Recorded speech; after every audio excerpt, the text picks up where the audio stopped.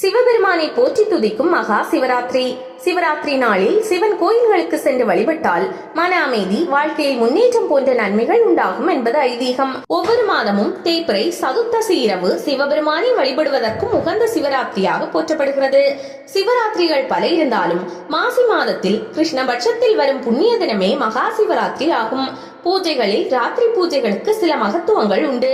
பரிவார தேவதைகள், காவல் தெய்வங்கள், சுடலை மாடன், முனீஸ்வரர், இருளப்பர் போன்ற தேவதைகளுக்கு ராத்திரி பூஜைகள் விசேஷம். இவர்கள் எல்லாம் சிவனின் அம்சமாக கருதப்படுகிறவர்கள். புராணங்களில் சிவபெருமானின் திருவிளையாடல்கள் பலவாறு சொல்லப்பட்டுள்ளன. சிவனின் கண்களை பார்வதி தேவி விளையாட்டாக மூடியதால் 7 உலகங்களும் இருளில் மூழ்கின. அந்த நாளே சிவராத்திரி என்பர்.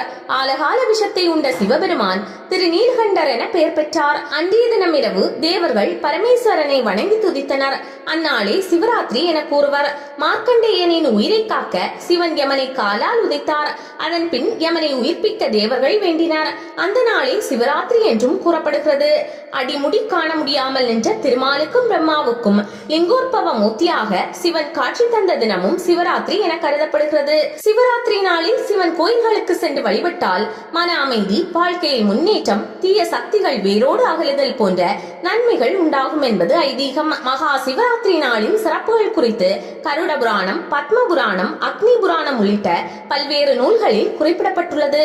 மகா சிவராத்திரி நாளில் விரதம் இருப்போருக்கு கிடைக்கும் மகத்துவங்கள் என்ன என்பது பற்றியும் தெரிவிக்கப்பட்டுள்ளது.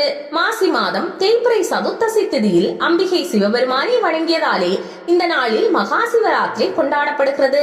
பிரளய காலத்தின் போது பிரம்மனும் அவரால் சிருஷ்டிக்கப்பட்ட அனைத்து ஜீவராசிகளும் அழிந்துவிட்ட நிலையில் இரவு பொழுதில் அம்பிகை உமாதேவி பரமேஸ்வரனை நினைத்து பூஜை செய்தாள். 4 ஜாமங்களுக்கும் இரவு முழுவதும் ஆகம விதிப்படி அர்ச்சனை செய்தாள். பூஜையின் முடிவில் அம்பிகை ஈஸ்வரனை வணங்கினாள். இந்த இரவை தேவர்களும் மனிதர்களும் சிவராத்திரியாக கொண்டாடுகிறார்கள். சிவராத்திரி அன்று சூரியன் மறைந்தது முதல் மறுநாள் காலை சூரியன் உதயமாகும் வரை சிவனை பூஜை செய்பவர்கள் யாராக இருந்தாலும் அவர்களுக்கு எல்லா விதமான பாக்கியங்களையும் தந்து முடிவில் மோட்சத்தையும் அளிக்க வேண்டும், அதற்கு அருள் புரிய வேண்டும் என்று அன்னையானவள் வேண்டிக் கொண்டாள். அப்படியே ஆகட்டும் என சிவபெருமானும் அருள் புரிந்தார். அந்த இரவே சிவராத்திரி என வழங்கப்பட்டு அனைவராலும் கொண்டாடப்படுகிறது. பகல் பொழுது பரமேஸ்வரனுக்கும், இரவு பொழுது அம்பிகையான உமாதேவிக்கும் உரியது என்பது நியமம். ஆனால் சிவராத்திரி என்பது அம்பாளின் வேண்டுதலின்படி கொண்டாடப்படுவதால் அது சிவனுக்கு உரியதாயிற்று. மகா சிவராத்திரி நாளில் பக்தர்கள் கடைபிடிக்க வேண்டிய விரத முறைகள் உள்ளன. சிவராத்திரி விரதம் இருப்பதால் பாவங்கள் நீங்கும். சிவராத்திரி என்று சிவபதம் அடைபவர்கள் மோட்சத்திற்கு செல்வார்கள் என்ற நம்பிக்கை இருந்து வருகிறது.